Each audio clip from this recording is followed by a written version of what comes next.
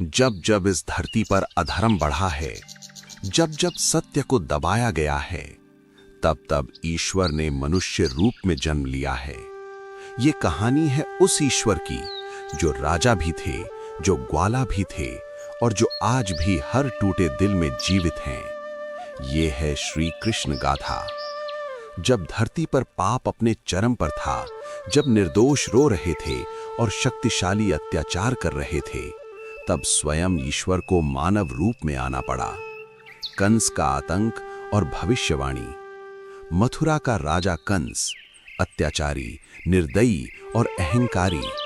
एक दिन आकाशवाणी हुई, हे कंस, जिस बहन को तूने आज विदा किया है, उसी की 8वीं संतान तेरी मृत्यु का कारण बनेगी। कंस कांप उठा। उसने अपनी ही बहन देवकी को कारागार में बंद कर दिया। एक एक कर देवकी की संतानें जन्म लेती रहीं और कंस उन्हें मारता रहा। मां का हृदय टूटता रहा, पिता की आत्मा कराहती रही। ईश्वर का अवतार। भाद्रपद मास की कृष्ण अष्टमी। घनघोर अंधकार, बिजली की चमक, यमुना का उफान। कारागार में एक दिव्य प्रकाश फैला। देवकी ने श्री कृष्ण को जन्म दिया। बालक ने चतुर्भुज रूप में दर्शन दिए, शंख, चक्र, गदा और पद्म के साथ। ईश्वर बोले, डरो मत, मुझे गोकुल ले जाओ, वहीं मेरी लीला होगी। चमत्कार हुआ, ताले खुले, पहरेदार सो गए, यमुना ने रास्ता दे दिया। वासुदेव ने अपने पुत्र को गोकुल पहुंचा दिया। गोकुल का नन्हा कान्हा। गोकुल में नंद बाबा और यशोदा मैया के घर एक नटखट बालक पलने लगा, कान्हा। माखन चुराना, गोपियों को छेड़ना, यशोदा से डांट खाना, पर उस शरारत में भी प्रेम था। एक दिन यशोदा ने उसके मुख में पूरा ब्रह्मांड देख लिया। मां कांप गई, ये बालक मेरा नहीं, ये तो स्वयं नारायण है। असुरों का अंत। कंस ने असुर भेजे, पूतना आई, पर कृष्ण ने उसका वध किया। शक्टासुर, तृणावर्त, बकासुर, सबका अंत हुआ। ये केवल युद्ध नहीं था, ये संदेश था। अधर्म चाहे जितना बड़ा हो, सत्य के सामने टिक नहीं सकता।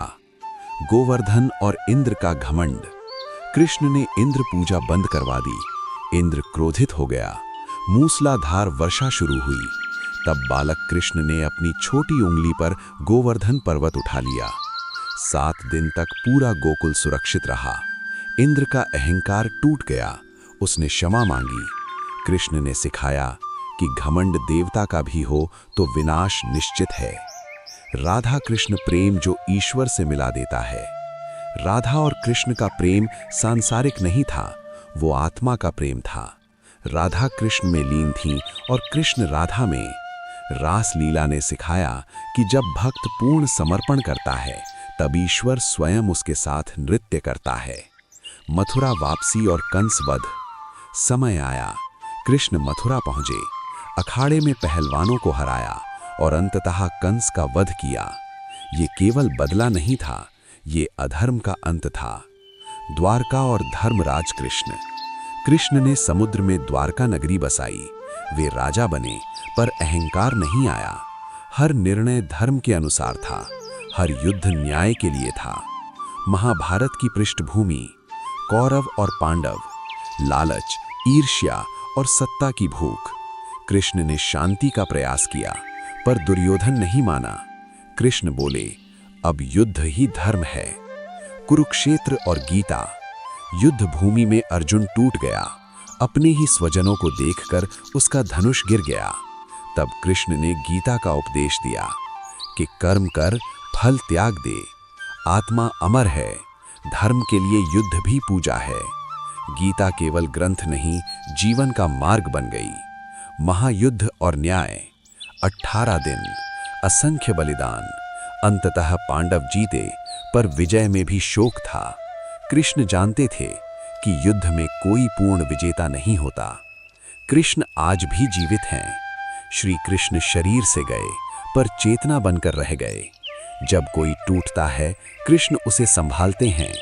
जब कोई निष्काम कर्म करता है, तब कृष्ण उसके साथ होते हैं। कृष्ण कोई कहानी नहीं, वे जीवन जीने की कला